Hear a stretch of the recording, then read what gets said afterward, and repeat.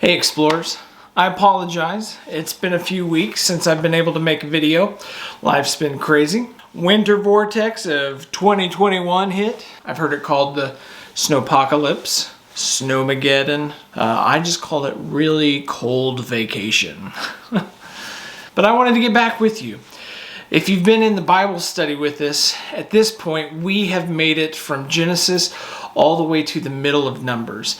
And there were a lot of things in the middle of that that I wanted to actually take some time and talk to you about, but I'm going to kind of focus in on just a couple of things in these next few videos that will get us caught up back to speed. What I want to look at with you today is I want to look at a theme that presents itself in Genesis and carries it through into the beginning of Exodus and kind of sets the stage for this awesome, epic thing that is about to happen in the book of Exodus.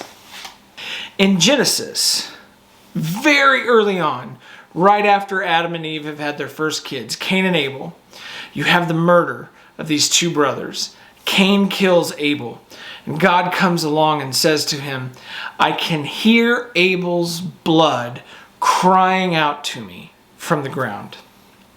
And then you fast forward a little bit and you have the story of Abraham and Sarah gives her slave to Abraham so that he can have a son through her because she's having problems believing this promise that God has given them, that there's going to be a great nation coming from her. Like, she's getting old, she hasn't had any kids. What you talking about, Willith? And so she gives her slave, Hagar, to Abram. And she produces a son. Long story short, she starts to get jealous because Hagar has a son. He's going to be the heir. Hagar's getting a little haughty about it. So Sarah starts to get abusive and really brings down some wrath and some pain and all kinds of nasty on Hagar. And so she ends up running away, fleeing for her life. And she's in the wilderness and she's crying. And God comes to her and says, I heard you crying. Fast forward some more.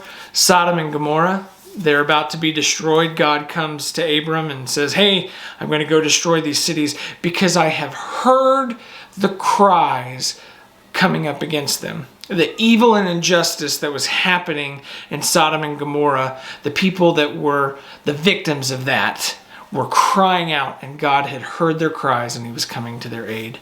You hear this again and again and again in these Old Testament stories, and God heard their cry. I heard your cry. I heard her cry. I heard their cry. I hear you. And in the book of Exodus, that's where we start. God's promised people, the Hebrews, have grown and they have flourished, and a lot of God's promise has come to pass. He has made them into a great people. They have flourished, they have multiplied, but they don't have their promised land yet. In fact, they are stuck as slaves in somebody else's land.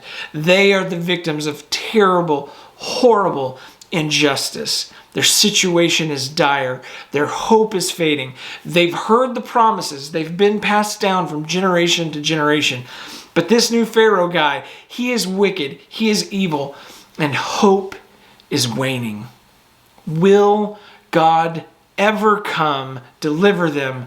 Will the fullness of his covenant promises ever come to pass? And God shows up on the scene, pulls Moses apart and says, I have heard my people's cry. It's one big story. Genesis isn't a book by itself. Exodus isn't a book by itself. It's all part of one big story in the Torah.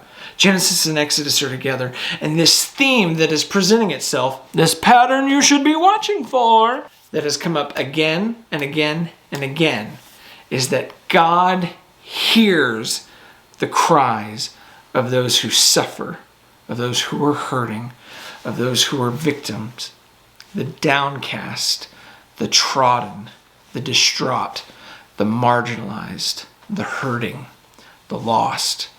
God hears their cries. It's a beautiful, beautiful theme. And so here God shows up in Exodus and he's getting ready to deliver his people from Egypt and from Pharaoh's evil grasp and to finally take them forth to the promised land. And over and over and over again, God reminds them, I am the God who hears your cries. That gives us great hope today.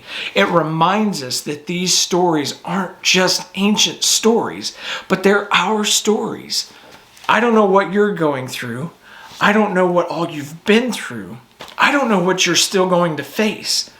But I do know this, that the God that we look to and we put our hope and our faith in is the God who hears your cry. But there's a flip side to this coin. I'd flip a coin, but I don't have one. Imagine I have a coin. The flip side of this coin, because these stories are our stories, it's easy to put myself in this story and say, oh, I'm the one that's suffering. I'm the one that's hurting. I need God to hear my cry. But there's another angle we have to look at. There's a question we have to ask ourselves.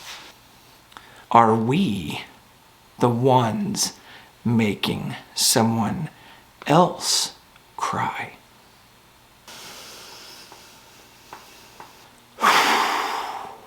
That's a hard question, but it's a question worth asking.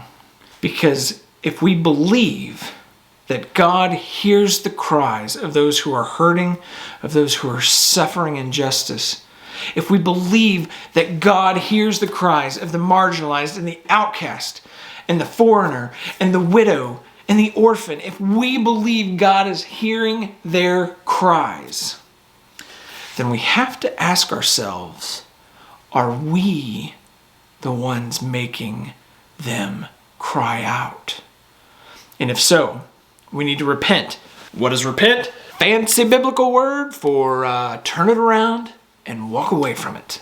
It's more than just saying I'm sorry. It's more than just a thought. It's more than a change of mind. It's a change of direction and a change of life. If we're making someone cry, if we are the oppressors, we ask for forgiveness and we stop oppressing. And we look for ways to join God in liberating and delivering the oppressed. So take great hope from these old stories. These are your stories. Genesis to Exodus and beyond. This big, beautiful story reminds us that our God is the God that hears our cries and challenges us to ask the question, are we the ones causing someone to cry out to God? And inviting us to join Him in liberating people from their oppression. These are great stories. I hope you're still reading with me. I hope you are finding hope in these stories. I hope you're finding conviction in these stories. Keep asking questions. And remember, if you read the story and it's a little boring, you might need to ask a few more questions. Dig a little deeper. I love you all. Grace and peace for the journey.